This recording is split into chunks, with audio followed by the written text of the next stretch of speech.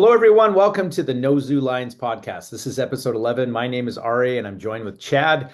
If you are a regular listener to the Zoo Lions Podcast, you know that we delve into topics that relate around law enforcement, fitness, Jiu Jitsu, combatives, and other topics that come up. So we really appreciate everyone who has sent us messages and emails and DMs. It's been really awesome. We're going to continue to do this as long as we can. Topics always come up. Chad and I always talk, obviously offline, and things come up all the time. And today's a really interesting one, and it probably will resonate with every single person who's listening. And what we're going to talk about today is, can you train for life? Can you train long term? What happens when cops go and train throughout their career, but they find themselves getting broken and breaking down, their bodies are breaking down? How can we continue? And so there's going to be some motivational talk, there's going to be some science involved. So let's get into it. Welcome, Chad. Appreciate you being here. Hey, Ari, it's great to talk to you and see you as always, my brother. I wish we lived close enough to fight each other on a regular basis. I know. My wrists would regret it, but the rest of me would enjoy it. So here I have a promise. Next time we roll, I'm absolutely not going to touch your wrists. It's a crutch for me. So I'm now moving on to other things. No more wrists. I All promise. right. I'll have it. Um, it's funny we're talking about this like training for life and being broken and stuff. As you and I both navigate our 50s, we are noticing things about our bodies, obviously. We've ignored a lot of things, but there's a point where you can't ignore it anymore, and your perception on how you train does change. So let's just talk about training for life, and maybe the first topic we can get into is how do cops manage their careers despite the being broken and things like that? Obviously, they throw excuses, but how do they navigate around injuries to actually keep training? So I like it. And let's this first part will be cops who do train or who have been in shape, and then the natural process over the years of breaking them down. And then maybe later we can delve into what if you haven't been doing that or you're already out of shape or whatever. But for this first category, yeah, those of us who have had an active lifestyle, we've worked out. Now we're nearing the end of our career and we have various things that break us down. And I'll do posts from time to time where I'll say, don't be the cop, or I'll say something about somebody's injury in middle school, or maybe the gun belt has been messing my back up, or I had a car accident on duty. And I'll use that as an example of why people don't train. And I'll be encouraging them to train anyway. Well, the reality is those things happen. Those are real things.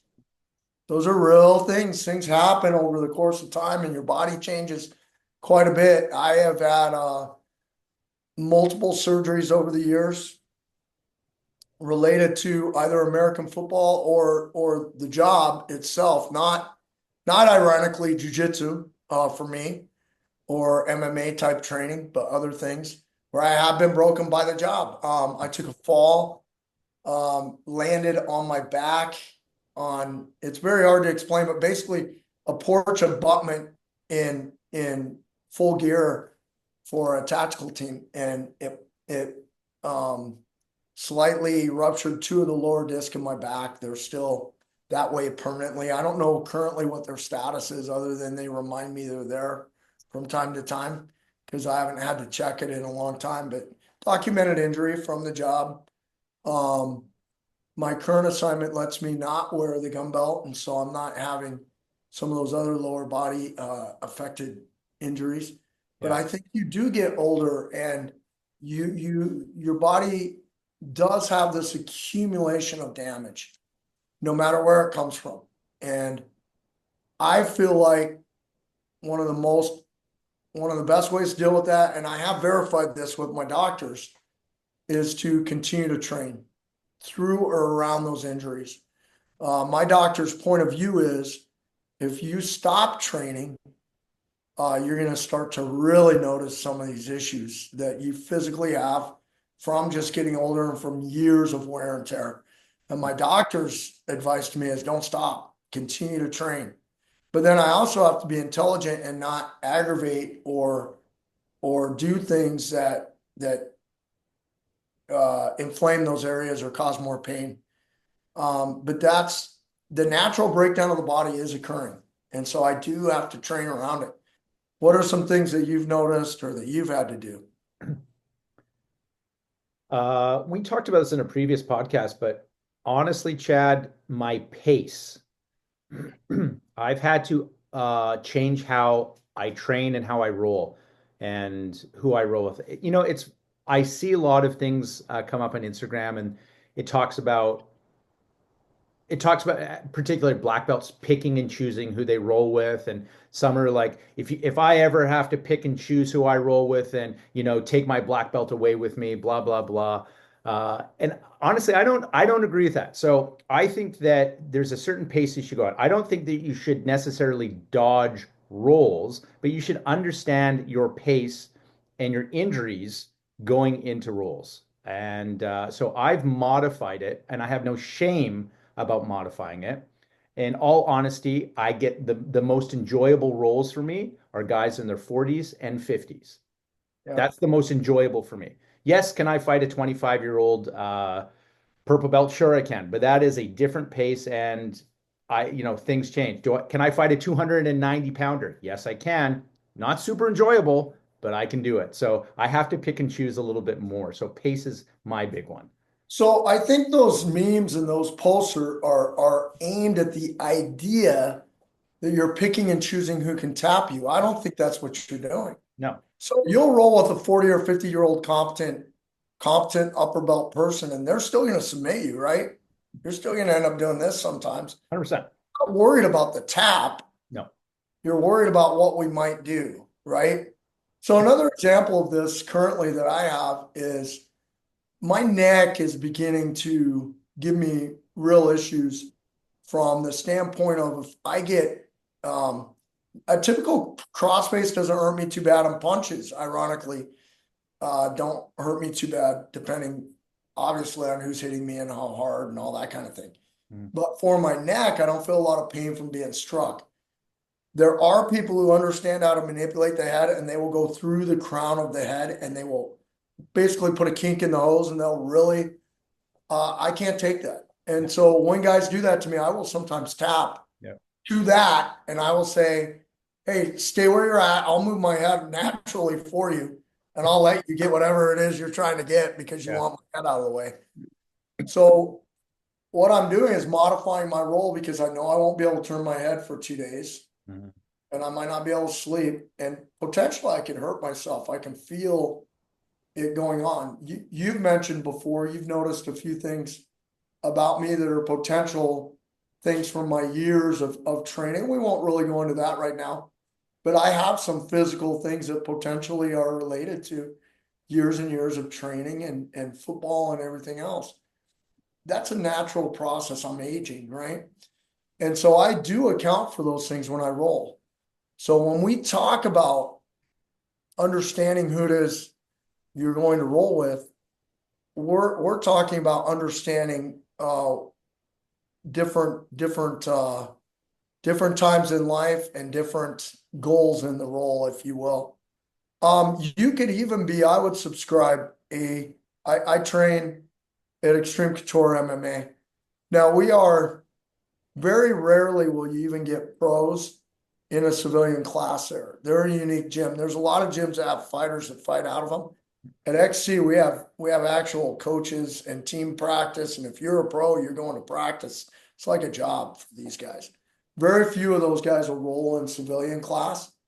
What you'll see more often are the AMI guys coming up who haven't been invited, because pro practice for us is invite only. You don't get to show up for pro practice. AMI guys who are trying to come up, or competitive jiu-jitsu players, will still be mixed in with the civilian class, right?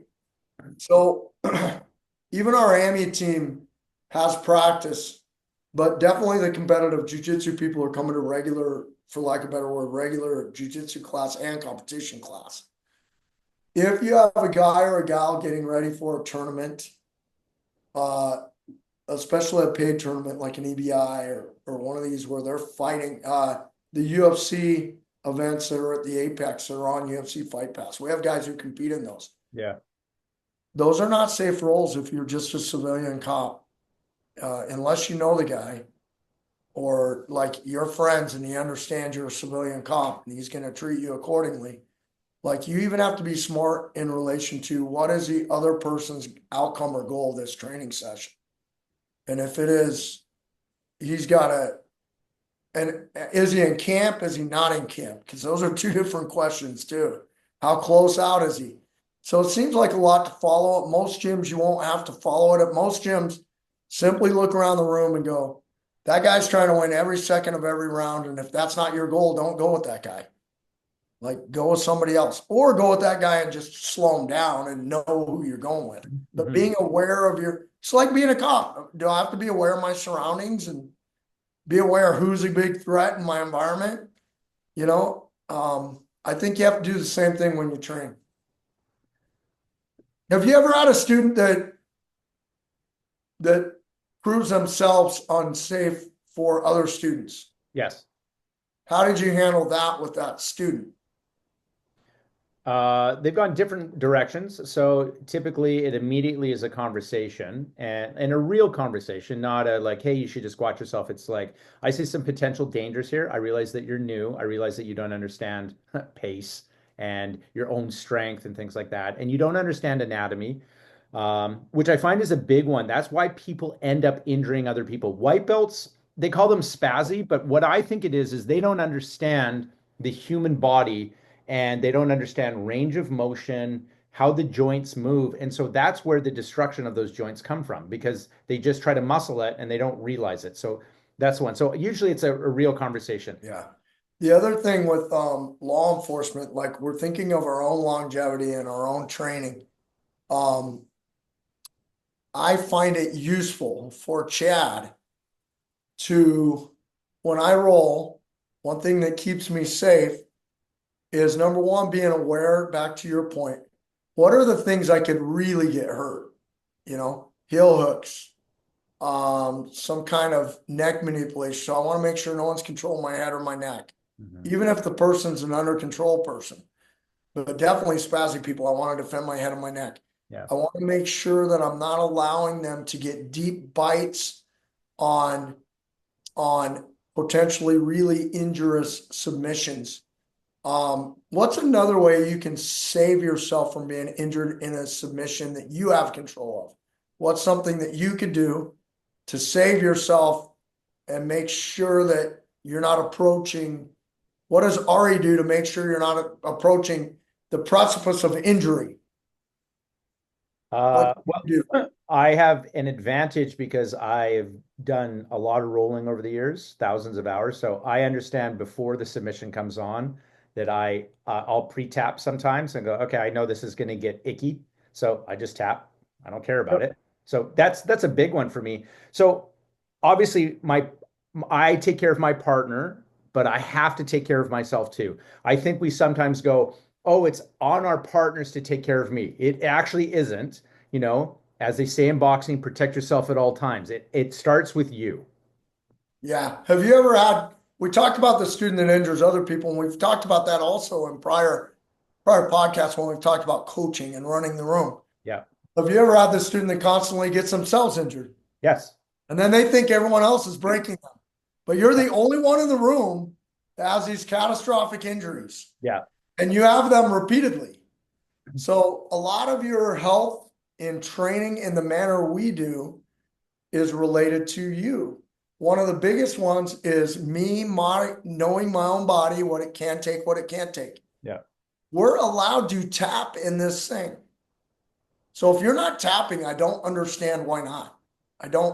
Did you watch some goofy documentary where somebody claimed the Gracie's never tapped or whatever? It's all nonsense. Everybody who's done this a lot has tapped a lot over the years. Gary Tonin did a meme recently. He's a super high level grappler for those of us in the Zoo Lions space who may not know who he is. Gary Tonin is a very competitive grappling athlete, and he's crossed over into MMA, and just a very, very good guy.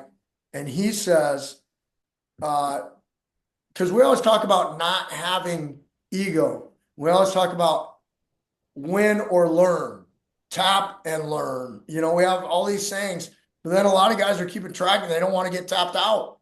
And Gary says you don't really have no ego unless you're tapping 8, 9 times per round in a training session. Yeah. Oh, I don't tap 8, 9 times in a training session. So I literally messaged him and said, hey, brother, I really appreciate that. I like to think I don't have a lot of ego, but I don't have that little ego where I'm getting submitted. And then we had a back and forth where he said, don't misunderstand. I'm not randomly tapping, and I'm not just tapping like I have no ego. I'm going to tap. Mm-hmm. He goes, I'm allowing people to get to deep spots, but then I'm slowing the submission down to where I can work out of it. I'm being so tight and working out of it inch by inch by inch. And if I can't get out, I'm just tapping. And then we're starting to roll again. And then I'm going right back in it. I'm going deep. And that's a way he's mitigating injury while attempting to get a lot better. And you do have to have the right partner for that. That's always an important detail in knowing the room. Yeah. He would never do that with someone he didn't know. You know, with someone he didn't know, he would never allow that deep of a bite of something. Yeah. Some of it is knowing our environment, reading our environment, and then I ultimately have the ability to get out of anything. I found another thing that mitigates injury over the years is clear communication with training partners.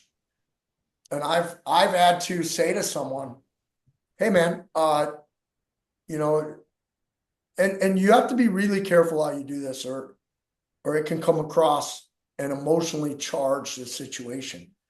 But I've told guys before, hey, what I've said to them, so you can do this one of two ways. I've seen guys go say, hey, you're going way too hard. You should slow down. Mm. That normally invokes you're being a wuss. I'm not going too hard. I go this hard every time. Nobody else is complaining. Why are you complaining? You get into this argument over whether the person is going too hard or not.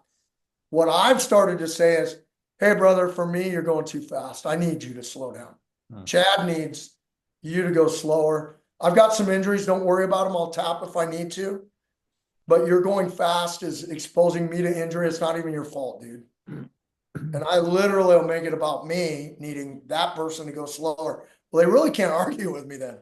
They can't say anything to me. Now, they may think, oh, you're just not tough or whatever. If you train around me very long, I'm not too worried about the tough thing. Like, I'm okay with how tough I am or I'm not and what people think of my toughness. And if a guy wants to look at me and think I'm not tough, I could really care less. But I'm not afraid to have those that conversation. And I found communication can also make you very safe in training. How do you think communication plays a role in your personal safety? And do you ever talk to your students about this? Oh, yeah, all the time. And so I call it the social contract that you have with another partner. So sometimes, and I've said this before, I'll be like, hey, what pace do you want to go at? Out of 10, what do you want to do today? And a couple months ago, I had two of my big guys in there. One guy's like, I want to go 10. And then the other big guy goes, okay, I want to go 11. And I looked at both of them and I said, okay, you guys have agreed. Now, Nope. you know both these guys though, right? Yep. Okay, Yep. continue. And so they went at it. They had like, we gave them a lot of room because they needed it. And they went at it. And sometimes that has to happen. However, I've also, besides the communication part, I've heard, here's a counter argument to what you're saying. Why don't people tap or whatever? So I've heard students literally say, the reason I don't tap, it's not ego, but I want to see how far I can push my body so I know in the future. So how far the choke? I'm not going to like, you squeeze it and you got to do everything to put it on, or the arm bar, like you look at them and they're not tapping and like, so a lot of times I catch and release because I know that I could go harder. So that I think that people misunderstand what a catch and release is. So they go, "Oh no, I'm resisting, and I'm like, "Well, here's a choice. This is not Abu Dhabi and I could break it. I could literally break his arm if I went into it, but I don't because we have a friendly roll. So I release, but they walk away from that roll going, "Oh, I really can go probably another 40% before that." They don't understand what's happening. So the contract they're having with that other person. So that's usually new people, white people saying, I'm going to push it to the limit a little bit. So I think that's a dangerous thing that people have to realize. Is that why you also have communication about it with your students? You start Yep. teaching them. And Yep. you actually probably talk about that with your team then. Yeah, all the time. So that's a way that you run the room where that conversation won't happen naturally with a lower belt, especially because they don't know what they don't know, right? Correct. Um, Another way I do that that's communication that I might do that is I'll have a guy get something deep on me. I'm starting to work out. I realize I'm in danger. I'm in a lot of danger. I realize it's a joint lock, not a choke. So with my knowledge, like a choke, the only thing I really get worried about is if he can't monitor whether I'm awake or not. And then I go out and he doesn't know I'm out. Hmm. That's really the only danger with the choke. Yeah. I can remember a demo where a certain person put another person to sleep. And there were probably, I don't know if you're familiar with this event, Ari, but there might have been 150, 200 people in the area, and they didn't even let the guy know. You put the other guy to sleep for a minute, then they let him know, and really odd experience. I don't know if you would know anything about that, but in any event, chokes. I've got to be aware of whether someone's monitoring me or not. If someone is, or it's a choke, my partner can somewhat see me. Chokes, I'll fight. But joint locks, let's go back to the communication piece and not getting injured. I will tell guys tap, and I've tapped and they start to release and move, and I go, hey, put me back in that. I want to work out. Yeah. And I'll just verbally tell them, but I will tap first. Yeah. So I'm not being disrespectful. So they don't feel like I'm making them decide to break me or not. So let's say I want to work out of heel hooks, or I want to work out of this arm lock, or this guy keeps catching me in X. I'll let him finish. I'll acknowledge it. I'll go, that's tap. You caught me. But let's go back there. I want to get out and I'm going to work. Maybe I tap again. Okay, let's go back there. I've done that before, especially with guys who submit me with stuff other guys don't submit me with. I don't get submitted with arm locks very often. If I have a guy who can arm lock me, I'll go right back there. And that's another way that I manage injury. I think injuries are a combination of not respecting the social contract like you talked about, and then not respecting it the other way either, where I, as the person having the technique applied to me, doesn't respect it either, and I'm almost causing the injury. Here's the other thing I'll say about working your way out. Well, do you have anything on working your way out of locks that you see differently? I've got another piece to this too. Well, I don't want to go off on a tangent, but you made me think, how do you impart that knowledge on a new person so they understand that tapping is okay, working out of locks? How do we do that to the new person? So I think the way that I've done it over the years is I tell people, if you feel pressure and it's tight and you don't know how to relieve it, you need a tap. Pain means you're hurt. It's too late. Yeah. Pressure. So this goes to my next point, actually. Okay. How I respond when someone slaps a good submission on me. If I respond by trying to jump out of it or trying to rip out of it or athlete out of it, and we're in a training environment, I can actually go the wrong way and make it way worse. Like a lot of people will roll to relieve heel hooks. I'm not saying it won't work. I'm saying that it should be, I would rather see you fight the hands, hide the heel, shove the heel further in, get the heel out, clear your knee line. I'd rather see you do 100 things other than start rolling with heel hooks. Yeah. Because if you go the wrong way, or if you start one way and they cross the foot to the other side and now it's an inside or an outside heel hook or whatever it is, you're going to tear your own knee. And so rolling out of heel hooks, while I don't need to start an internet craziness, rolling out of heel hooks does work. Rolling out of heel hooks can be catastrophic. What also works with no catastrophic is fighting hands, clearing your heel, clearing your knee line. So I'm going to focus on those really solid defensive fundamentals that work. Rolling's relatively easy, and so that's why it's kind of a go-to. But with that in mind, this is the way I help new people understand this. I literally give instruction when we're going from drilling to we're going to roll and there's going to be submissions involved. Mm-hmm. I will tell new people, you're not allowed to attempt any submissions you haven't been coached by a coach. And you watch it on YouTube, doesn't count. So if you've not received formal training, so if you're sitting here within the sound of my voice and you say, well, this is my second session, well, then just try to get on top and stay there and escape bad spots. You don't get to submit anybody. Other than what we did today, other than that, you have nothing.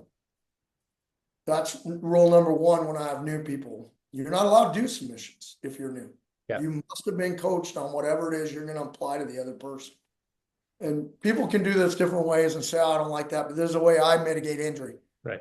The second way is if I'm stuck in a submission. So conversely, I only apply submissions that I know that I've been trained in. I only attempt those submissions in live goes. I can drill anything I want. So you show something cool, it's a variation of something I already do. I'll still drill it before I attempt it live in a roll. And I'm mitigating my own injuries and causing injuries. Escaping. I always tell guys, if you can't calmly, rationally escape and it is tight and you feel like the only thing I know to do is just explode right here and start ripping things out and jumping from side to side and dive rolling through while this is applied. If that's the only thing you can think to do, don't do it, just tap. That's a good time to tap. Mm-hmm. If you can't intelligently, on purpose, dictate where your thumb is, start to clear your elbow line. If that's not what's happening, you ought to be doing this. And that's how you mitigate injury. And so I openly talk about it and I practice it. If you catch me in something deep, I'm going to submit to it. Now, the caveat is as you get more and more experienced over the years, mm-hmm. Can say, I'll eat this. I know what the injury is going to be. You know, I know my foot's going to, on an ankle lock, for example. I know what the injury is going to be if it happens.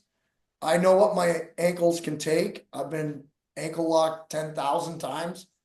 That's a personal choice. I'm still not a fan of you making we're talking about longevity today. We're talking about my responsibility on the mats because being healthy is my responsibility first. Yeah. And if you push in submissions and your partner, it's not an agreed upon thing, communication. It's so important in this whole process. That's where you're going to get hurt. And so who has more responsibility in you not getting hurt, the other person or you? Ultimately you, I believe, as long as the other person is not acting in poor faith. Right. Ripping stuff on, jumping on stuff, diving on stuff. Yeah. That stuff's nonsense.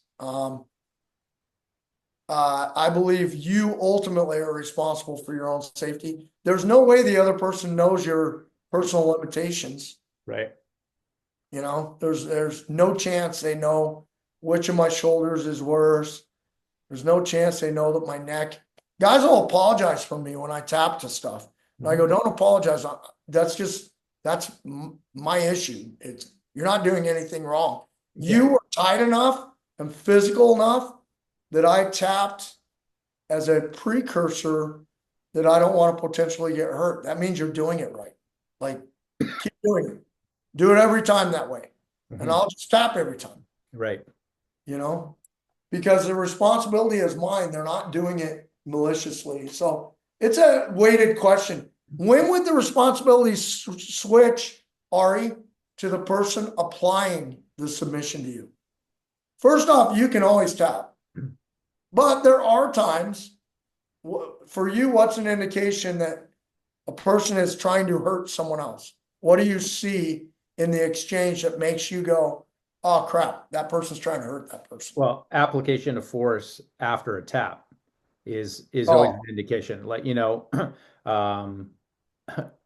there's been a few fighters in Jiu Jitsu and the MMA that have held stuff longer, and they're known for that. So I think that's a big one, Chad. I think holding on after the tap is a big one. Yeah, I think it's a big one. Um, Diving on stuff, and by diving, I mean just committing your whole body really, really fast to a exterior joint lock, like an arm or a knee or an ankle or something, can be Yeah. problematic. You need to be. I'll tell you another one that just came to mind. Students that don't have good spatial awareness is sometimes an indication of danger because they don't care who's rolling around them. So I think that's a big one. I think that's a big one, right? And so another thing we can do, especially if you're law enforcement, right? I want to be aware of who's around me, what they're doing, and how close are they to me and my partner? Is my partner's head at risk? I'll I'll start to notice a group getting close to us, and I'll feel my partner start to pull me Yeah. so that my feet will be to that people and not my head. Yeah. And I'll go, oh, thank you, as we scoot and assume the same position. So that spatial awareness is another way that we can watch for our own safety and for our training partner's safety. If you're competing for money and you're a pro athlete, there are pro training sessions, and then there are everyday training sessions. There are sharpening the sword training sessions. What are we doing? Are we doing fight camp for a specific fight? In those engagements, you should have quality partners who are chosen. If I'm not in that environment, and by the way, if you're a civilian, you should not go in those environments very often unless you're a young. I'm not saying there aren't cops listening to our voices that don't spar with pros at their gym, but as you go into your older age, that'll probably stop. Yeah. I don't openly spar with spar, and by sparring I mean we're fighting. We can use strikes, we can wrestle, submit each other. We can certainly spar in grappling as well. I don't routinely train with any fighters, but certainly I know guys. I've known guys for years, and occasionally I'll just have a roll with the guy, right? Those are friendly rolls with all my guys, and only with guys I know. I would not roll with a visiting guy that's a fighter that I don't know. I would not roll. Now, the caveat to that has happened is I teach only civilian classes now at Extreme Couture, and occasionally we'll get a guy from the East Coast who's come out to train with the team. They're pro approved, so they're going to pro practice. They want the whole Vegas experience and the Extreme Couture experience. And quite frankly, some of them know who I am. They want to train with me. They happen to be in town. But those guys will introduce themselves to me. They know me. They'll take my fight functional jiu-jitsu class where we're dealing with knives or whatever, and they'll dig it and they'll geek out on it. And then they'll roll with us.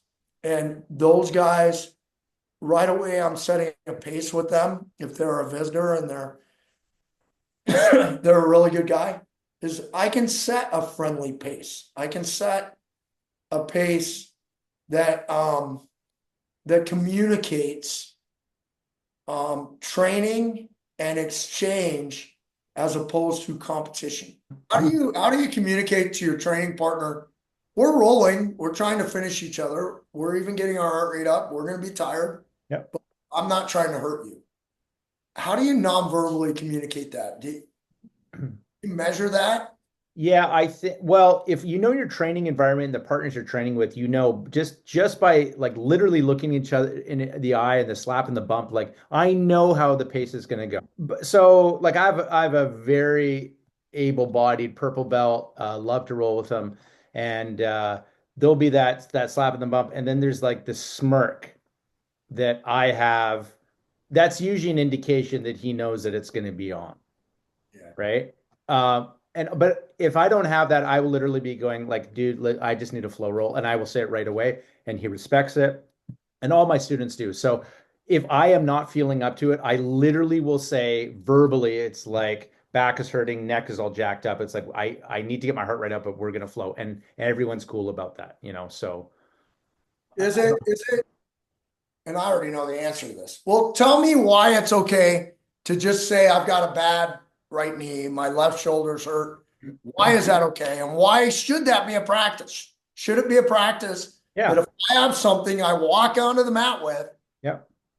and why is it okay and why should it be the practice, The Ari? reason it's a practice is because I'm suffering from it. Down the road, you may be suffering from it. So you have to know you give as good as you get. So you have to understand that it is a conversation. It's a kinetic conversation that you will one day be on the receiving end of. And the other thing too is if you're rolling with someone who is injured or has a bad back or bad knee, you shouldn't go into that going, oh, well, I wish they were 100% because now it was like it wasn't as competitive or, you know, I'm perfect, but they're not. And like there's this comparison, this weird thing that goes on. So I learned a long time ago that if you have an injury and you're not 100%, it actually is a better challenge for you to figure out how you're going to protect that bad shoulder and not get submitted. And your jiu-jitsu changes and you actually get better. I know this sounds really strange because of the injuries. It makes you appreciate mobility and what you can do and what you can't do. There's a ton of moves now, Chad, that I cannot do, and I wish I could do them, but I can't. But guess what? My fundamentals got way better. My pace has gotten way better, and I've understanding things better now. Yeah. I've tied down an arm before, just tied it to my body. Yeah. When I was in Canada with the parliamentary police, we had a guy with a broken hand. He put a tennis ball Yeah. and then wrapped his hand up completely. Yeah. So his hand looked like just a club on the end. And he found that he could go through a PJJ class relatively unscathed with a broken hand. So very, very physical. He's still, that's going to be hurting, but for him, it was okay and he protected it. I saw the Washington County Sheriff's Department in Portland, Oregon do a Mhm. great thing where guys will say, hey, this is broken on me or injured. And they put a piece of black tape on extremities where guys have Yeah. injuries. Yeah. They literally put a piece of tape physically on their body and you Yeah. can visually see it. Yeah. And that marks a potential injury for a guy. It's perfectly okay. And in fact, you owe it to your training partners to tell them about injuries that you might have. Um, but you still need to work. Going back to the flow roll, if I'm going to say let's flow or let's just go slow, I've got to do that. The famous memes of let's just flow and then both guys beat the crap out of each other. Yeah. One of the things I'll do now because at my age, generally so it depends. Am I at an open mat? If I'm at an open mat, my first roll is going to be a flow roll, and I will hand select who that's going to be with. It's always an upper belt. It's always a very tough guy, but he knows me and I know him. And I'll say, hey, I just want to flow. I got to get warmed up. And they will literally have a phenomenal flow roll with me. Then, as I begin to tap hands and roll, and this is within my own team structure, so everyone knows me, I'll just tell guys, hey, I'm warm. And they know that means we can go. Or occasionally I'll tell guys, okay, we're really going to go. Like you said, we're going to judge how hard we're going to go. Well, I'll sometimes dial it way, way up and get a really hard round in Yeah. because it's still useful to blow the lungs out and Yeah. feel the really hard roll. So do So you think, oh, go ahead. Go ahead.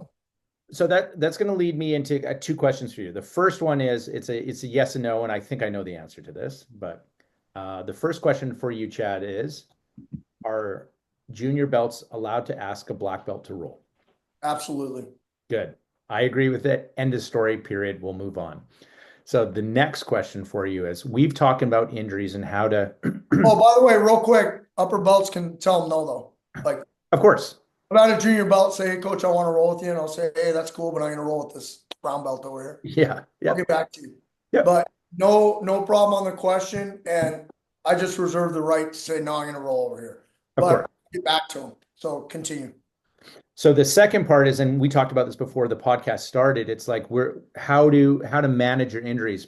Now, what are some other ways scientifically, physically that we can do as we get older? Because I know you did a little bit of research on this, and how longevity works in grappling and what we literally can do. So talk about that. Yeah. So one of my favorite online um, resources is on Instagram.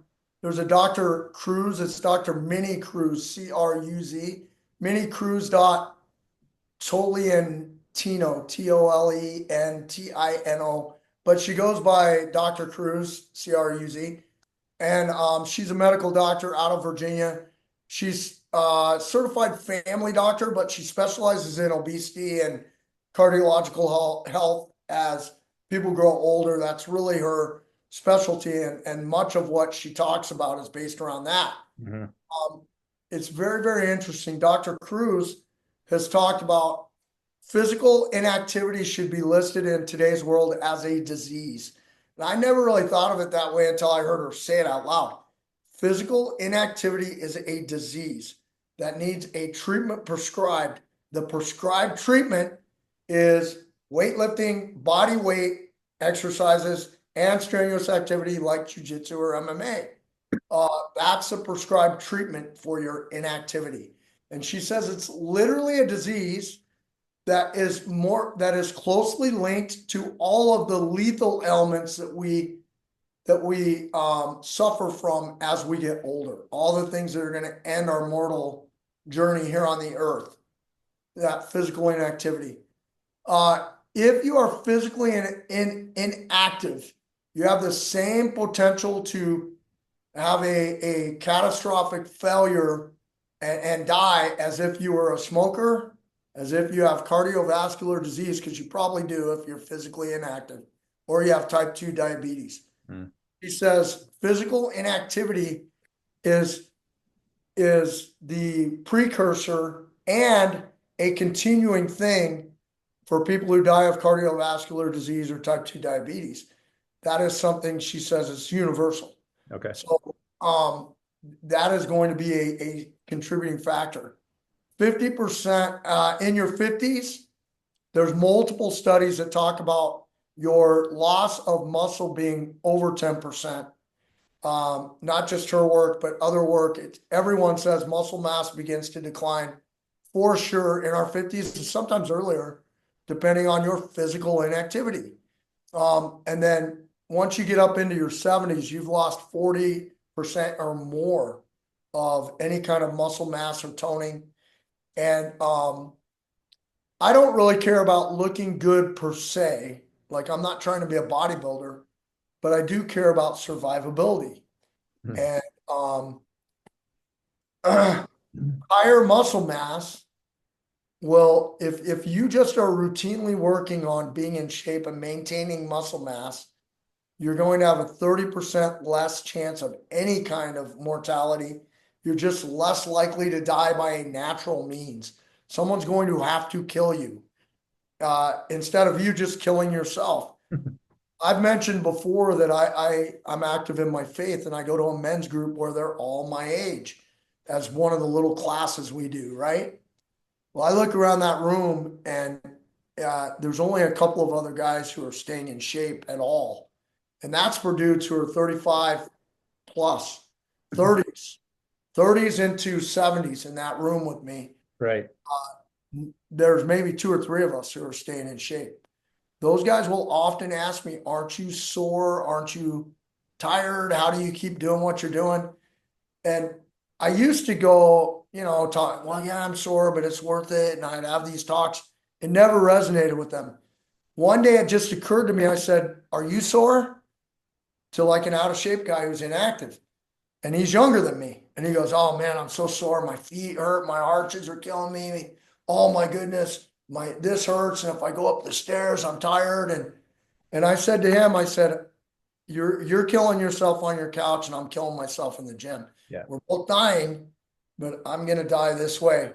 Well, the research shows he's actually contributing to a disease killing him. I'm just naturally aging out.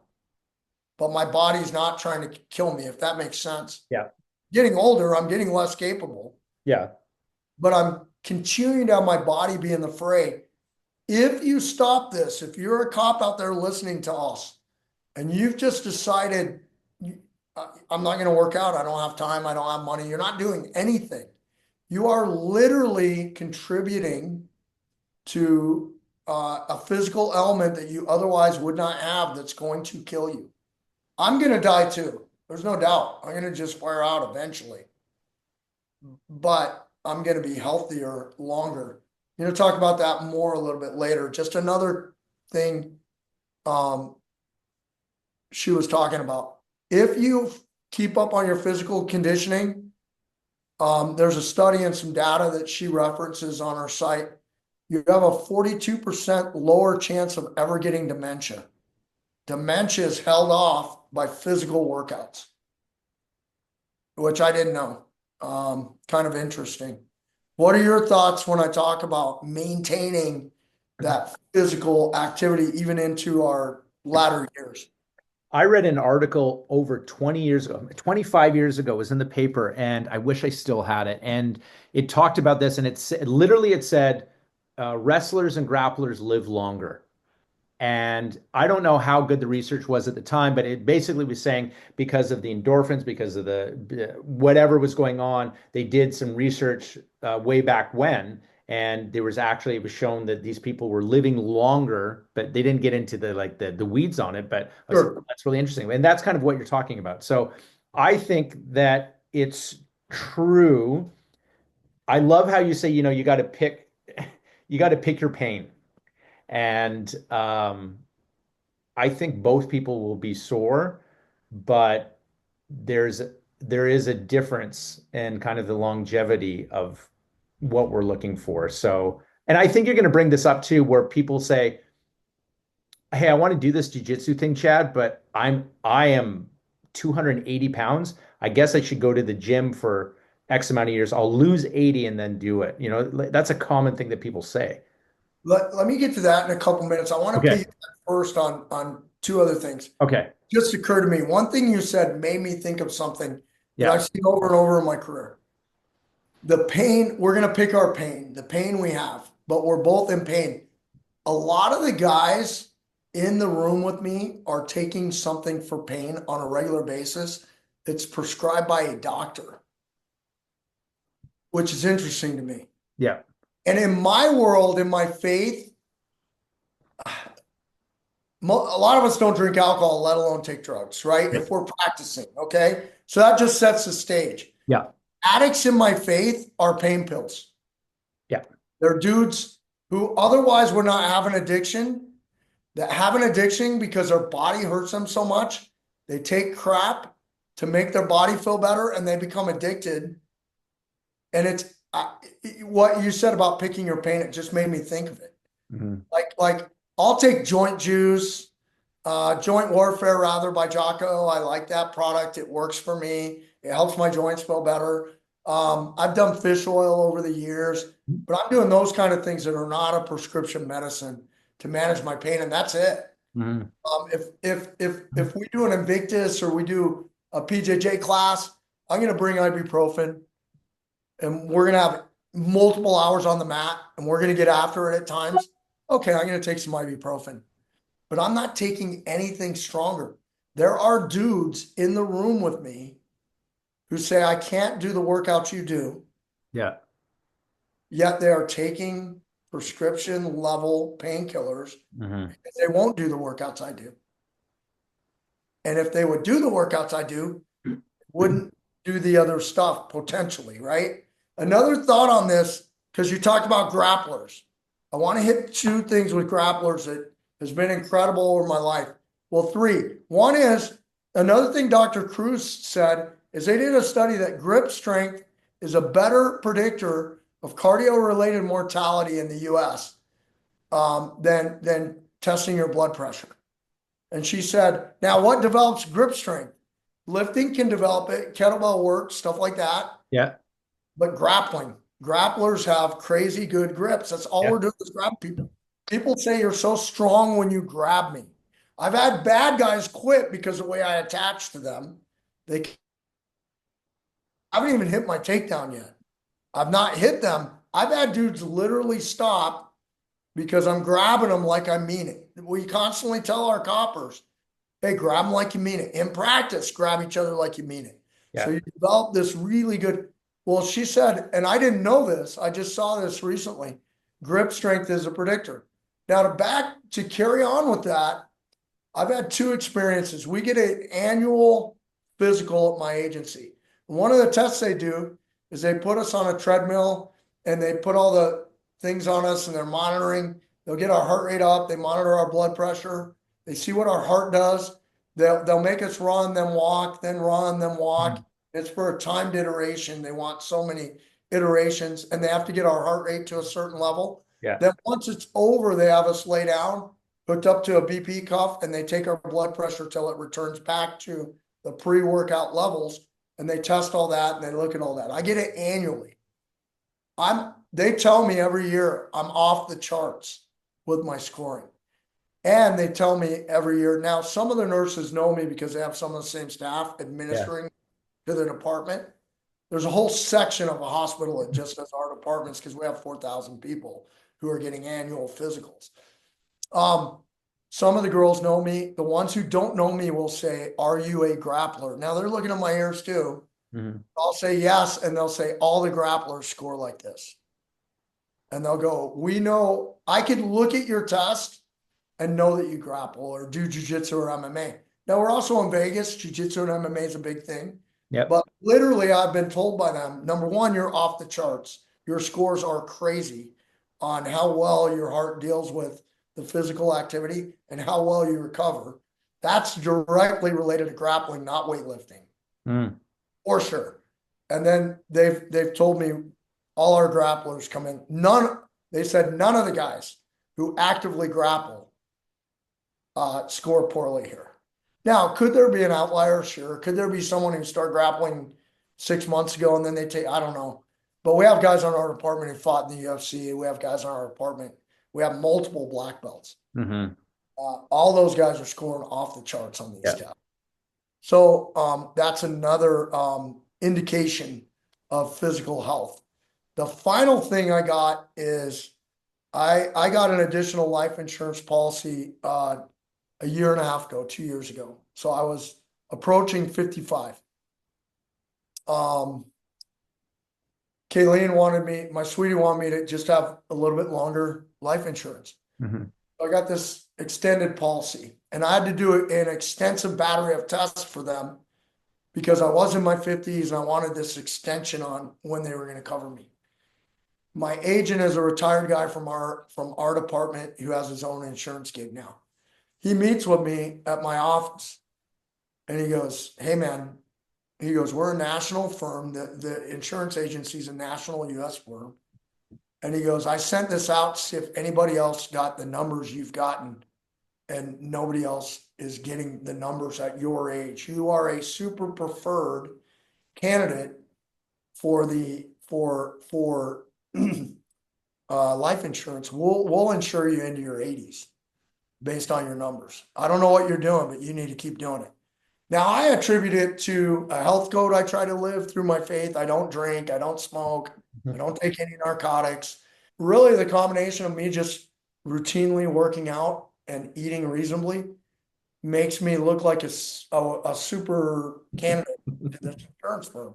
And Yeah. all I'm doing is a lifestyle that we want our brothers, sister law enforcement guys to join in. Yeah. But now here's your question. What if I haven't joined? Mm-hmm. Am I too late? Or am I too late? If I'm asking me that, if I haven't been part of what you're doing, am I too late to join? What would you tell somebody? It's never too late, Chad. You talked about the person who says, well, I'm going to do all this other thing and then come. What do you say to that person? Well, I call that an excuse and a dodge because then I question, are you really going to stick with your routine to get down that 80 pounds to join grappling? And I can tell you from experience and also statistically, people who start grappling naturally lose weight, naturally get stronger, naturally get their aerobic and anaerobic up, all the things that you need to do. Now, in addition to that, I think that you also need to take some other things seriously, like if I eat like crap and I do all those exercises, you want to cancel it out. So it is a all-encompassing thing. If you want to get better, you have to make some sacrifices and do the hard work in many areas. I am not a triathlete. I am not espousing all of this like super, like I have some of my vices and I like some chocolate sometimes, blah, blah, blah. But I am trying to like work out and do moderation, but I did have to change things. And I'm constantly changing things as I get older. And I recognize that. So they have to do it as well. What I am is super consistent. Some days are better than other days. I don't take time off. I stay at it. I try to bounce back when I don't do well. Yeah. That's it. I'm going to go outside and run barefoot, and I'm going to try to find a cactus that I could roll in on the way. And that stuff's nonsense. It's crazy nonsense. So I think so that is a very niche market, right? He is trying to, I think, appeal to a certain fire that is inside, that people think that is inside of them. And I think that we all have drive, but I think that you have to be realistic about it. And there are more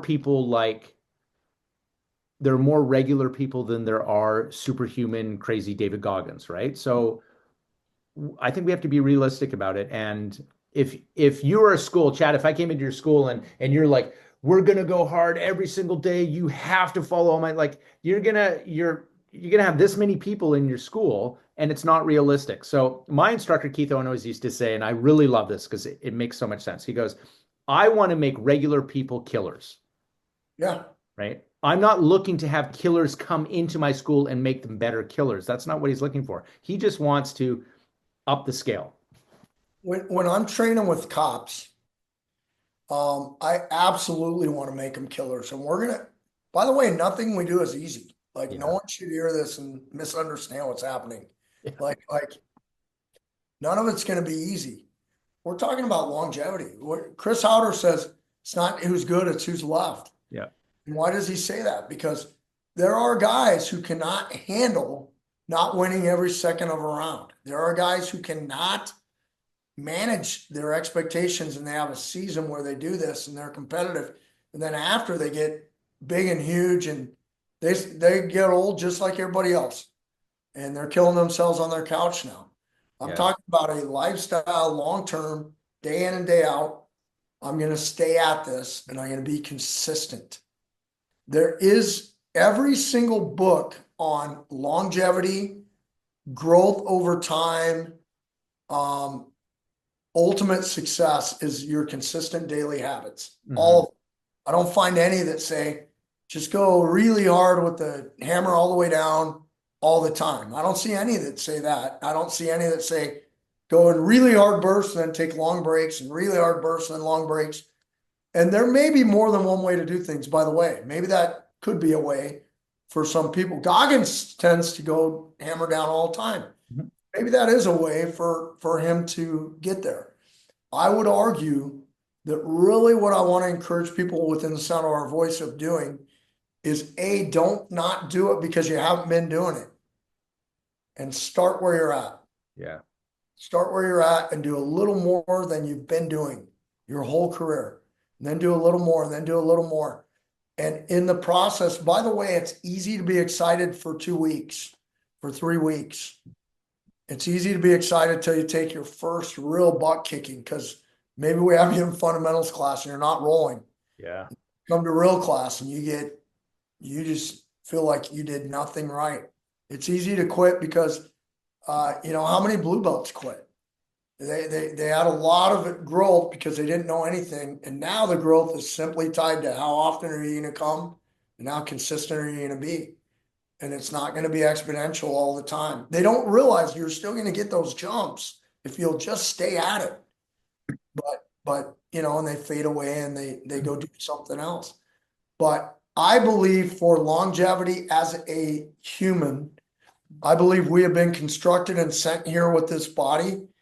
And it's It's not a mistake that that each of us is independent of one another. We each have our own personality, spirit, whatever you want to call it, and then we each have a body, and that body can vary.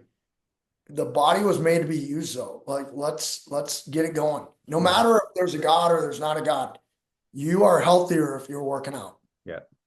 That's it, you know. And So, I want you to work out and grappling checks. Go read how to be in good health into your later years. mhm. Grappling checks all those boxes.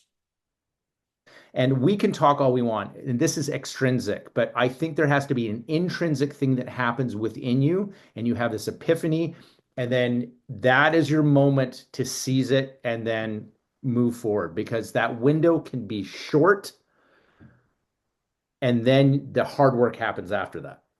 Yeah. So short. And it's that way with everything.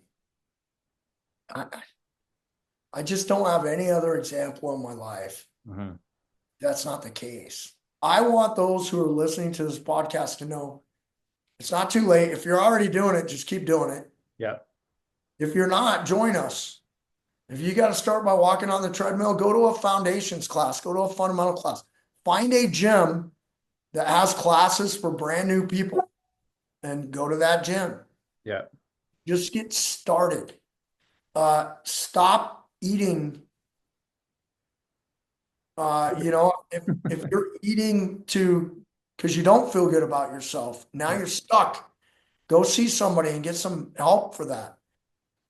Watch how exercise, struggling with other humans, and camaraderie will change how you feel inside. Yeah. If the only break you get from your craziness when you're on the mats, that's a break you're not getting currently every week. And by craziness, I mean the feelings you have inside of your head and your heart and your soul. There's people who suffer dopamine releases during training have been shown to help your mood. But I'm suggesting that it can absolutely, it's been shown to help and can reinforce. And maybe you don't have to go to I don't go to a doctor and I don't go to a therapist. Yeah. I'm not attributing it all to jujitsu, but it is a major part of why I don't live in the dark stuff that I've seen over the years. Yeah. It's a major part. Have you ever trained and you're not sick? And you're not getting ready for a competition. It's just a training session. Okay? Tracking.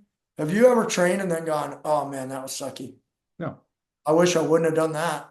No. My day was going really good until I trained. No. Now my day is horrible. Yeah. That's never happened. Now I have had when I've been getting ready for a competition and I'm working on something and it didn't go well in Yeah. training. I've been stressed. Yeah. But I'm being stressed by what my mind is perceiving is going to happen when I compete in 2 weeks. Yeah. When I just train for longevity, for life, I have never had a training session where I'm not, man, I'm glad I did that today. Not once. Yeah. So join us. We talk about dedication and being professional, and that dedication is doing the things that you love to do on the days you don't feel like doing them. And I hope this reaches people that aren't doing jiu-jitsu, especially cops that do want to try it. That's who we're catering to. We don't. I know we're preaching to the choir with a ton of people, but hopefully we can bring in some more. Well, and the last thing on that, the reason we're beating the jujitsu drum for this longevity is we're talking to cops. And it's got the dual purpose of making you more effective at your actual job and making you safer at your actual job, and giving you health benefits. We know for certain Yeah. you don't train, you don't eat well, you don't sleep well, you don't exercise. We know for certain this job will wreck you. Yeah. It's going to. Life's going to wreck you, and this job is going to speed that up. So if you're going to be in this job, why don't we do something that helps us? Can we do it safely? Absolutely. And we talked about some ways to do that. Can I train later into life in later years? Yes, absolutely we can, and you and I do. So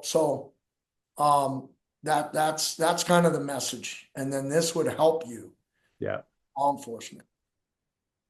Well, Chad, I appreciate it. And thanks everyone for listening again to episode 11, which is Training for Life. Remember to follow us on Instagram and also our website, the nozoolions.com website, where we have all of our episodes on Spotify and on YouTube. So remember, lead, don't follow, and until next time.